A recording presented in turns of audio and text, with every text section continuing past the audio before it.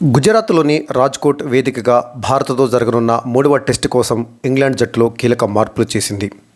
తొలి 2 టెస్టుల్లో ఒక్క పేసర్తోనే బరిలోకి దిగిన ఇంగ్లాండ్ జట్టు మూడవ టెస్టులో 2 పేసర్లతో బరిలోకి దిగనుంది.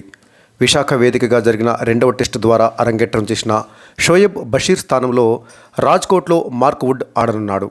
ఇప్పటి వరకు మ్యాచ్ ప్రారంభానికి ఒక్కరోజు ముందే జట్టును ప్రకటిస్తూ వచ్చిన ఇంగ్లాండు ఇప్పుడు కూడా అదే సంప్రదాయాన్ని కొనసాగించింది. హైదరాబాద్, విశాఖపట్నం పిచ్లు స్పిన్కు అనుకూలిస్తాయనే ఉద్దేశంతో ఇంగ్లాండ్ మేనేజ్మెంట్ తొలి 2 టెస్టుల్లో ఒకే ఒక పేసర్ను ఆడించింది. తొలి టెస్టులో మార్క్ వుడ్ను ఆడించిన ఇంగ్లాండ్ యాజమాన్యం 2వ టెస్టులో అతడికి విశ్రాంతినిచ్చి సీనియర్ పేసర్ జేమ్స్ అండర్సన్ను బరిలోకి దింపింది. ఈ సిరీస్లో తొలిసారిగా రాజ్కోట్లో వీరిద్దరూ కలిసి ఆడనున్నారు. 2023 జూలై తర్వాత వుడ్, అండర్సన్ కలిసి ఆడనుండటం ఇదే తొలిసారి కావటం గమనార్హం. వీసా సమస్యలతో తొలి టెస్టులో ఆడలేకపోయిన యువ స్పిన్నర్ రెహాన్ అహ్మద్ 2వ టెస్టు ద్వారా అరంగేట్రం చేయగా 3వ టెస్టులోనూ అతడికి చోటు దక్కింది. రెహాన్ అహ్మద్, టామ్ హార్ట్లీతో పాటు జో రూట్ స్పిన్ బాధ్యతలను మోయనున్నారు. రాజ్కోట్ పిచ్చు పేస్ బౌలింగ్కు కొద్దిగా అనుకూలించవచ్చు అనే అవకాశం, గ్రౌండ్ హిస్టరీ ఆధారంగా ఇంగ్లాండు 2 పేసర్లతో ఆడాలనే నిర్ణయానికి వచ్చినట్లుగా భావిస్తున్నారు. ఫిబ్రవరి 15 అంటే రేపు ఉదయం 9:30 రాజ్కోట్ వేదికగా 3వ టెస్టు ప్రారంభం కానుంది. ఈ సిరీస్లో భాగంగా హైదరాబాద్లోని ఉప్పల్ స్టేడియంలో జరిగిన తొలి టెస్టు మ్యాచ్లో పేస్ బౌలర్ మార్క్ వుడ్ తుది జట్టులో ఉన్నాడు. 2వ టెస్టుకు మాత్రం అతన్ని తప్పించి సీనియర్ బౌలర్ జేమ్స్ అండర్సన్ను తీసుకున్నారు.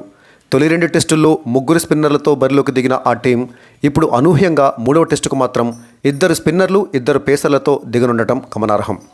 మార్క్ వుడ్ను తీసుకోవడానికి 2వ టెస్ట్ ఆడిన యువ స్పిన్నర్ షోయబ్ బషీర్ను పక్కన పెట్టారు. మిగిలిన జట్టులో ఎలాంటి మార్పులు చేయలేదు. సీనియర్ బ్యాటర్ జో రూట్ కూడా స్పిన్ బౌలింగ్తో ఇండియన్ బ్యాటర్లను ఇబ్బంది పెట్టటుండటం కూడా ఈ నిర్ణయం వెనుక ఓ కారణంగా కనిపిస్తుంది. అంటే ఈ 3వ టెస్ట్ మ్యాచ్లో కూడా ఇంగ్లాండు 4 ప్రధాన బౌలర్లతోనే బరిలోకి దిగుతుంది. 5వ బౌలర్గా జో రూట్ ఎలాగూ ఉండనే ఉన్నాడు. అంటే విశాఖపట్నంలో జరిగిన 2వ టెస్ట్ మ్యాచ్లో ఆడిన యువ స్పిన్నర్ షోయబ్ బషీర్ స్థానంలో మార్క్ వుడ్ను తీసుకున్నారు. ఇంగ్లాండ్ జట్టులో ఈ ఒక్క మార్పు మాత్రమే ఉంది. ఇక రాజ్కోట్లో జరగబోతున్నటువంటి ఈ టెస్ట్ మ్యాచ్లో ఇంగ్లాండ్ 2 పేసు బౌలర్ల నిర్ణయం వెనుక ఇక్కడి పిచ్ కూడా ఒక కారణంగా కనిపిస్తుంది. రాజ్కోట్ పిచ్పై మంగళవారం వరకు మంచి పచ్చిక కనిపించింది. అయితే బుధవారం మాత్రం ఆ పచ్చిక మొత్తాన్ని తొలగించారు.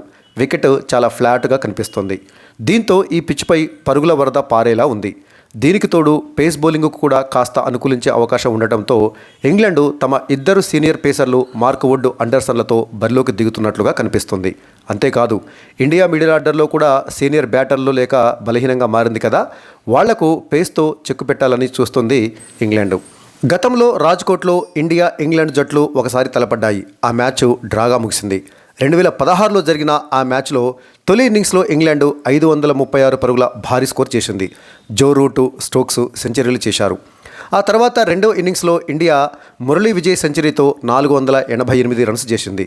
2వ ఇన్నింగ్స్లో ఇంగ్లాండ్ 3 వికెట్ల నష్టానికి 260 పరుగులు చేసి డిక్లేర్ చేయగా ఇండియా ముందు 310 పరుగుల లక్ష్యాన్ని ఉంచింది. చివరికి 172 పరుగులకు 6 వికెట్లు కోల్పోయిన సందర్భంలో ఆ మ్యాచ్ డ్రాగా ముగిసింది. ఇక రాజ్కోట్ వేదికగా జరగబోయే 3వ టెస్ట్ మ్యాచ్లో ఆడే ఇంగ్లాండ్ తుది జట్టు విషయానికి వచ్చినట్లయితే కెప్టెన్ బెన్ స్టోక్స్తో పాటుగా Zak Crawley, Ben Duckett, Ollie Pope, Joe Root, Jonny Bairstow, Ben Foakes wicket keeper, Rehan Ahmed, Tom Hartley, Mark Wood, James Anderson ఈ 11 మందితోటి 3వ టెస్టులో ఇంగ్లాండు బరిలోకి దిగనుంది. అంటే విశాఖపట్నం వేదికగా జరిగిన 2వ టెస్ట్ మ్యాచ్లో ఆడిన జట్టులో ఒకే ఒక మార్పు చేసింది. యువ స్పిన్నర్ షోయబ్ బషీర్ స్థానంలో మార్క్ వుడ్ను జట్టులోకి తీసుకుంది. తొలి 2 టెస్ట్ మ్యాచ్లలో 3 స్పిన్నర్లు, 1 పేసర్తో బరిలోకి దిగిన ఇంగ్లాండ్ జట్టు ఈ 3వ టెస్ట్ మ్యాచ్లో మాత్రం 2 పేసర్లు, 2 స్పిన్నర్లతోటి బరిలోకి దిగనుంది. 3వ స్పిన్నర్గా జో రూట్ ఎలాగూ ఉండనున్నాడు.